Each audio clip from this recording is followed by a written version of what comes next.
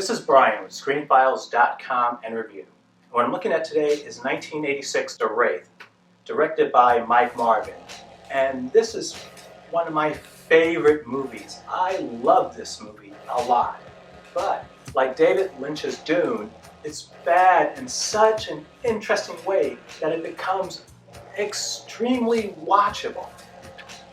Now, if you haven't heard of the movie, it revolves around a mysterious figure who comes to be called the Wraith, and he begins to hunt down the members of this car theft ring. It is primarily a ghost story, though the Wraith is not a supernatural movie.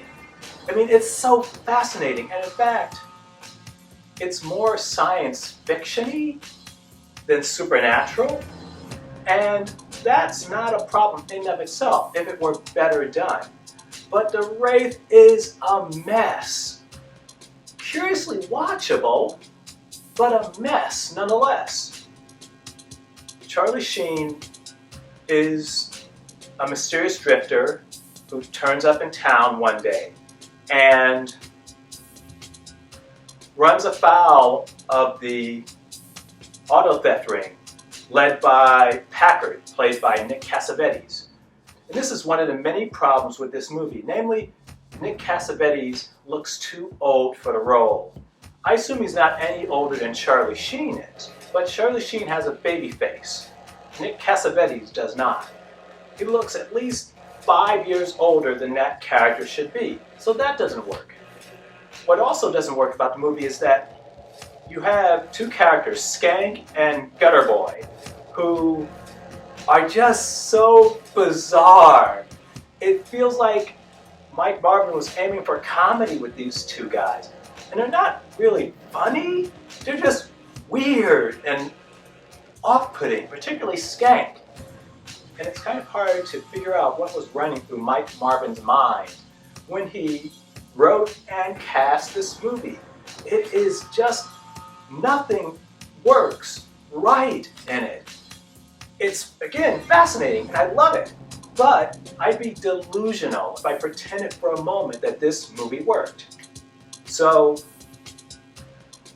in case you haven't seen it, keep in mind it did come out in 1986. Charlie Sheen's character is actually, it's hard to describe what Charlie Sheen's character is, but he's a character that was killed earlier who's come back. He's also the Wraith, by the way. But he's come back from the dead, seemingly. And he was killed by Packard and his goons for messing with Packard, as in screwing Packard's girlfriend. Now the thing of it is, he was killed for nothing to do with cars at all. Cars were irrelevant, as far as we could tell from the movie, to his death.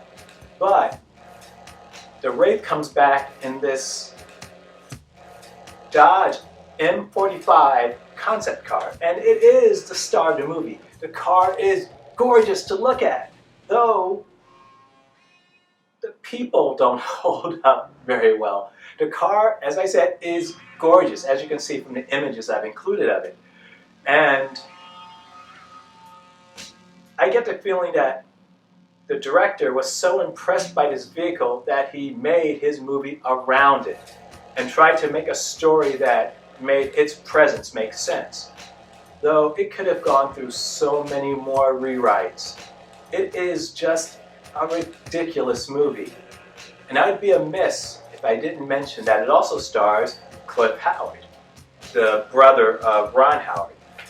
And he plays, actually I'm not sure what he is. He's, I guess, an automotive engineer? I want to say just a mechanic, but he knows way too much about way too many things to just be a mechanic. So he's a very interesting and odd character. He has hair like the character from David Lynch's Eraserhead, interestingly. I mentioned Gutter Boy and Skank earlier, and the tonal mismatch represented by these two characters, as well as the sheriff, is just such an odd thing. This car theft ring, what they do is They force people to race them that have cars they like, which they do for the pink slip of the vehicle.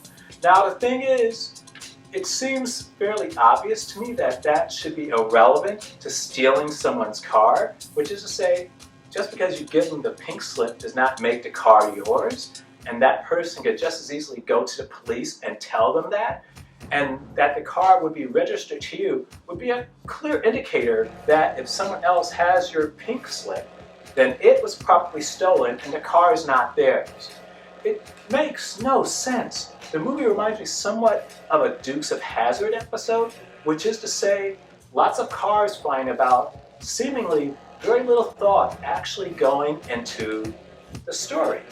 And speaking of the story, when you see the Wraith, he has things I can only call braces on his arms and legs. And the way he dispatches with the auto theft ring is to race them, though why he's doing it in this manner is never explained. So he races them, runs ahead of them, and stops his car in the middle of the road. And they crash into him, creating a really huge explosion and killing them. Now, by the way, I should mention the Wraith is always reformed after this happens. So while his car is blown up numerous times, it doesn't harm him. He just reforms and just goes at it again.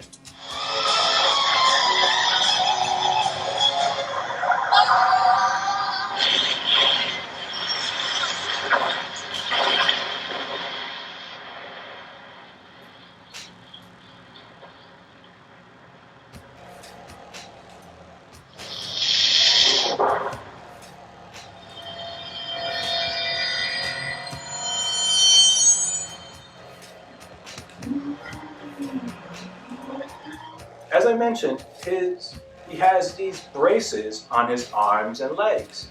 And every time he kills a gang member, a brace appears in the wreckage, and then it glows. What does this mean? Is it a brace? I assume it's a brace.